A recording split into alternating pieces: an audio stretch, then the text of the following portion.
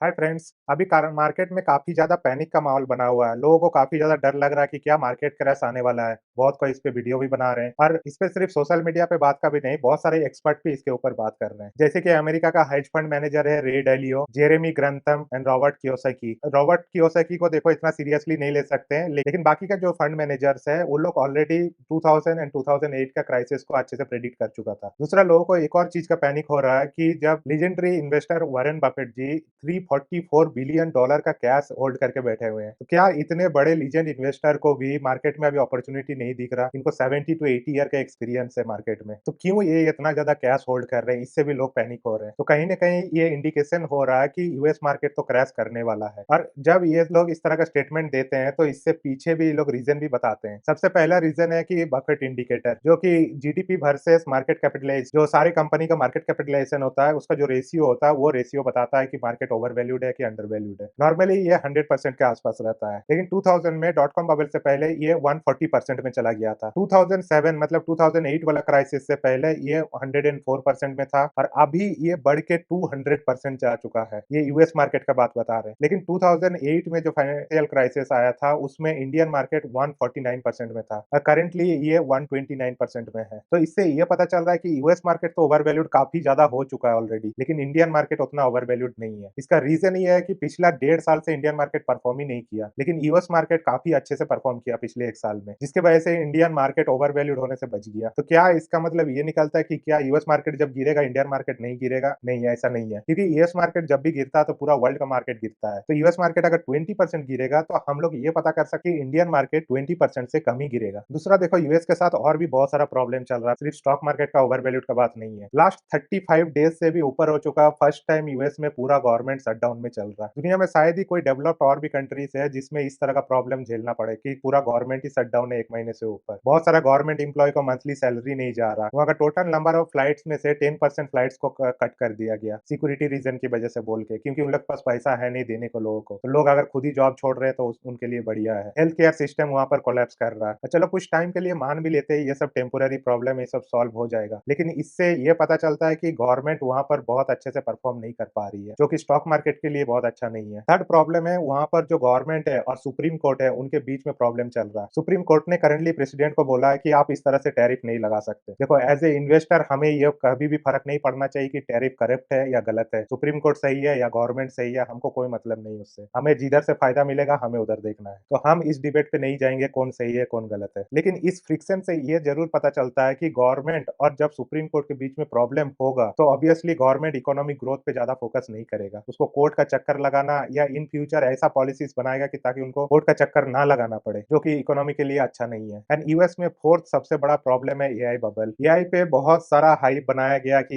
ये कर देगा वो कर देगा, बहुत सारा जॉब खा जाएगा ये, लेकिन जॉब खा जाएगा ये बात तो सही है, उस एआई को किस तरह से ये लोग प्रॉफिटेबल बना सके उस पे अभी तक ये लोग काम नहीं कर पा रहा। आपने रिसेंटली सुने होंगे इंडिया में भी चैट जीपीटी को कंप्लीटली फ्री कर दिया गया 1 साल के लिए। अगर ये एआई मॉडल इतना कैश काउ बन सकता है तो क्यों ये लोग इंडिया में फ्री कर रहा है? क्योंकि इन लोग को भी खुद भी समझ में नहीं आ रहा कि किस तरह से इसको प्रॉफिटेबल बनाया जा सके। इसके वजह से एआई कंपनीज में जो वैल्यूएशन दिया गया वो काफी ज्यादा दिया गया। इवन चैट जीपीटी का फाउंडर्स लोग भी बोल रहे हैं कि आप गवर्नमेंट को इंटरवेंशन करना चाहिए, क्योंकि इसका वैल्यूएशन इतना ज्यादा हो चुका है कि अगर बबल ब्लास्ट करता है तो भारी मात्रा में इकोनॉमिक क्राइसिस आने वाला है। अगर ये सारे फैक्टर अगर यहाँ पर ब्लास्ट होता है एक बार में तो मार्केट बहुत ज्यादा क्रैश कर सकता है। अगर इसका एक कंपैरिजन बेसिस पे अगर बताया जाए तो 2000 में जो डॉट कॉम बबल हुआ था, ज्यादातर एआई का bubble blast dot com bubble से ज्यादा कंपेयर किया जा रहा है कंपेयर टू फाइनेंशियल क्राइसिस। तो डॉट कॉम बबल में नैस्डैक 82% गिर चुका था। मतलब आज के डेट में ये सोचना भी इम्पॉसिबल लगता है कि कोई एक इंडेक्स 82% गिर सकता है, लेकिन उस टाइम पे 82% नैस्डैक गिरा था। अमेज़न जो आज के डेट में इतना बड़ा कंपनी बन चुका है वो 92% गिर चुका था। माइक्रोसॉफ्ट 66% गिर चुका था। तो आज भी अगर एआई की वजह से या बाकी के जितने भी फैक्टर्स मैंने गिनवाए ये सारे की वजह से अगर मार्केट गिरता है तो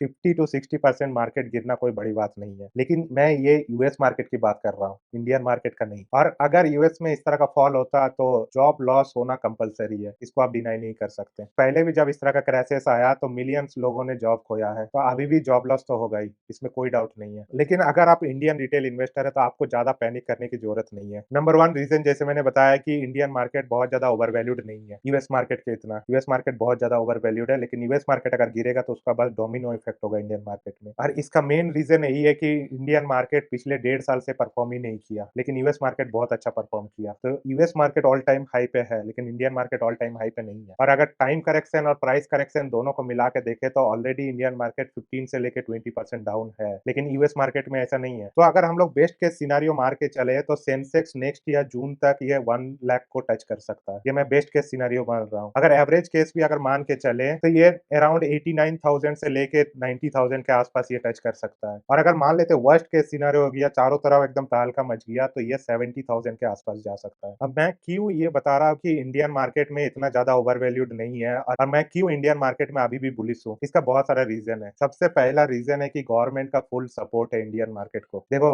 ये जो इनकम टैक्स का स्लैब बढ़ाया गया, ये काफी सोची समझी मूव है। पहले इंडिया को हाई टैक्स रिजीम में रखा जाता था कि इंडिया लोग बहुत ज्यादा टैक्स पे करता है, लेकिन जब से ये टैक्स स्लैब बढ़ा दिया गया, 7 लाख से बढ़ा के 12 लाख कर दिया गया, तो इंडिया अब वर्ल्ड का टॉप टैक्स पेइंग कंट्री में से नहीं आता है। तो लोगों के हाथ में जब पैसा बचेगा, टैक्स कम देना है, तो वो obviously end of the day consumption होगा। लेकिन इसको जॉब लॉस से कंपेयर करके देखना पड़ेगा। मान लो 10 लोगों के लिए टैक्स में राहत मिले, लेकिन जॉब ही घट गया 5 लोगों का, तो इसका बहुत ज्यादा इफेक्ट नहीं होगा। लेकिन मुझे ऐसा लगता है कि इंडिया कंजप्शन बेस्ड इकोनॉमी है। हम लोग जो भी बनाते हैं इंटरनली ज्यादा कंज्यूम हो जाता है, तो जॉब लॉस जो भी होगा थोड़ा बहुत सर्विस सेक्टर में ही होगा, मैन्युफैक्चरिंग सेक्टर में ज्यादा जॉब लॉस नहीं होगा। इनफैक्ट जॉब क्रिएशन ही होगा वहां पर। दूसरा है जीएसटी का रेट कट, और साथ में जो पीएलआई स्कीम होता है कि जो भी मैन्युफैक्चर कर रहे हैं इंडिया में उन लोग को बेनिफिट दिया जा रहा है, इससे इकोनॉमी को काफी ज्यादा बूस्ट मिलेगा। थर्ड है, इंडियन बैंक भी काफी ज्यादा सपोर्ट कर रही है इकोनॉमी को बूस्ट करने के लिए। जहां कोविड के टाइम हम लोग देखे थे 8% इंटरेस्ट मिलता था, अब उसको घटा के 5.5% कर दिया गया, जिसके वजह से लोन सस्ता हो गया। लोन सस्ता होने की वजह से लोग ज्यादा लोन लेके ज्यादा कंजप्शन कर रहे हैं। अगर पर्सनल फाइनेंस के पॉइंट ऑफ व्यू से देखा जाए तो ये खराब चीज है, लेकिन अगर एज इन्वेस्टर के पॉइंट ऑफ व्यू से देखा जाए तो ये अच्छी बात है, क्योंकि कंजप्शन बढ़ रहा, लोग ज्यादा सामान खरीदेंगे तो ज्यादा उसमें कंजप्शन होगा और उससे कंपनी का प्रॉफिटेबिलिटी बढ़ेगा। दूसरा, गवर्नमेंट रिन्यूएबल सेक्टर को बूस्ट देने के लिए काम कर रही है। इससे क्या होगा, हम लोग का ऑयल का इंपोर्ट घटेगा। ऑयल का इंपोर्ट घटने से हम लोग का रिजर्व बढ़ेगा और हम लोग का रिजर्व और ज्यादा स्ट्रांग बनेगा। हम दूसरों पे डिपेंडेंसी कम करेंगे। इससे हम लोग का इकोनॉमी के लिए इंटरनली स्ट्रांग होने में मदद होगा, जो कि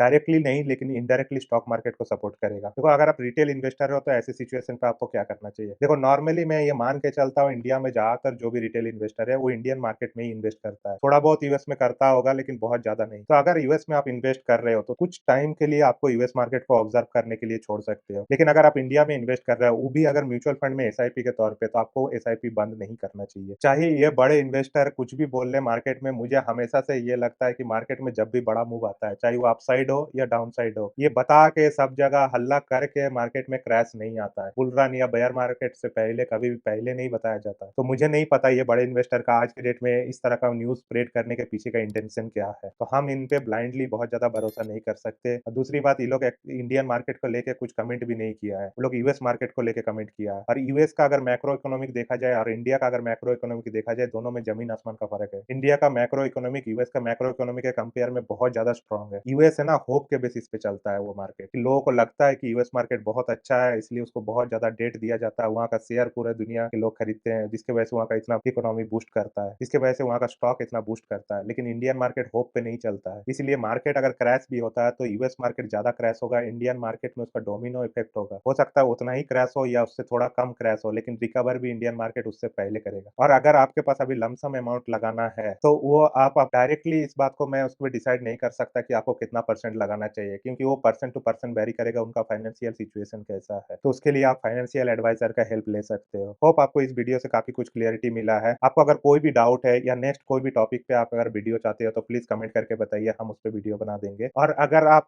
इंडिया का semiconductor industry, specially RRP semiconductor company के बारे में, तो आप इस वीडियो पे क्लिक करके देख सकते हैं। Thank you.